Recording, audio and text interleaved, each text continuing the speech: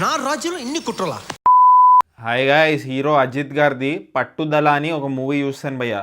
ఈ రోజే రిలీజ్ అయింది. తమిళ సినిమా, ఇది డబ్బింగ్ చేశారు తెలుగులోకి. తమిళ సినిమా పేరు పలకలేకపోతున్నాను, బట్ తెలుగులో అయితే పట్టుదల సినిమా పేరు.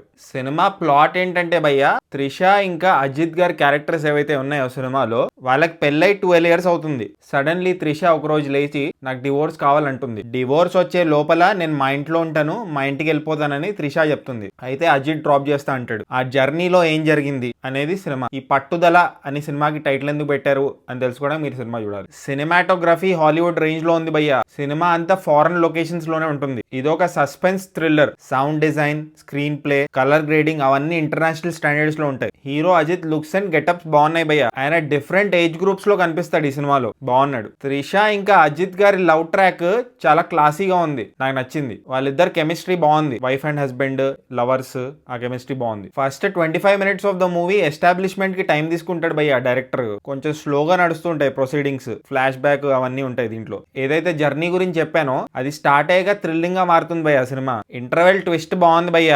నా రాజ్యంలో ఇన్ని కుట్రలా అని చెప్పి అజిత్ క్యారెక్టర్ అనుకుంటుంది ఇంటర్వెల్ లో. సెకండ్ హాఫ్ లో ఒక యాక్షన్ సీక్వెన్స్ మస్తుంది భయ్య. కార్ లో ఫైట్ నడుస్తూ ఉంటుంది, బాగా అనిపించింది నాకు. అది బాగా కన్సీవ్ చేశారు. అనిరుద్ బీజిఎం కూడా బాగుంది భయ్య కొన్ని ప్లేసెస్ లో. వావ్, ఎక్స్ట్రాడినరీ అని చెప్పలేం కానీ కొన్ని బాగున్నాయి అంతే. ఇవి ఈ సినిమాలో పాజిటివ్స్ భయ్య.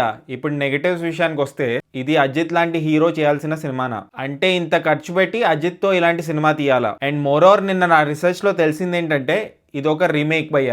1997 లో బ్రేక్ డౌన్ అని ఒక సినిమా వచ్చింది, ఆ సినిమా రీమేక్. కొన్ని చేంజెస్ చేశారు భయ్య, బట్ యాజ్ ఇట్ ఈస్ దించేశారు సినిమా అంతా. అందుకే కొంచెం నావెల్టీ మిస్ అయింది భయ్య సినిమాలో. ఎందుకంటే 1997 లో వచ్చిన స్క్రిప్ట్ ని తీసుకొచ్చి 2025 లో రీమేక్ చేసి మన ముందు తీసుకొచ్చారు. సో 1997 పాయింట్ తీసుకొచ్చి రీమేక్ చేస్తే అంత నావెల్ గా ఏముంటుంది. బట్ అగ్రీ చేయాల్సిన విషయం ఏంటంటే, నేను బ్రేక్ డౌన్ సినిమా కూడా చూశాను భయ్య. ఇది ఒక రీమేక్ అయినా కొన్ని మంచి చేంజెస్ చేశారు భయ్య ఈ సినిమాలో. కొంచెం మ్యానిపులేషన్, మిస్అండర్స్టాండింగ్ క్రియేట్ చేయడం ఇలాంటివి ఉంటాయి ఈ సినిమాలో. సో చేంజెస్ ఏం చేశారో మీకు తెలియాలంటే మీరు ఈ సినిమా కూడా చూడాలి, ఆ ఒరిజినల్ సినిమా కూడా చూడాలి. అప్పుడే తెలుస్తుంది మీకు ఆ చేంజెస్ ఏంటో. ప్రొసీడింగ్స్ కూడా చాలా ప్రిడిక్టబుల్ గా ఉంటాయి భయ్య. కొన్ని అయితే చాలా కన్వీనియంట్ గా రాసుకున్నారు. For example, car break down అవుతుంది, అప్పుడు పని చేయదు, కానీ ఒక అర్ధగంట తర్వాత పని చేస్తుంది ఏదో వైర్ గెలిపితే. అరే అలా ఎలా పని చేస్తుందిరా బాబు, అప్పుడే చేయొచ్చు కదా ఇదేదో అన్న ఫీలింగ్ కలిగింది. ఇలా చాలా ఉన్నాయి ఈ సినిమాలో, చాలా కన్వీనియంట్ గా రాసుకున్నారు. సరే, పట్టుదల సినిమా చూడండి భయ్య. మీరు సస్పెన్స్ థ్రిల్లర్స్ నచ్చితే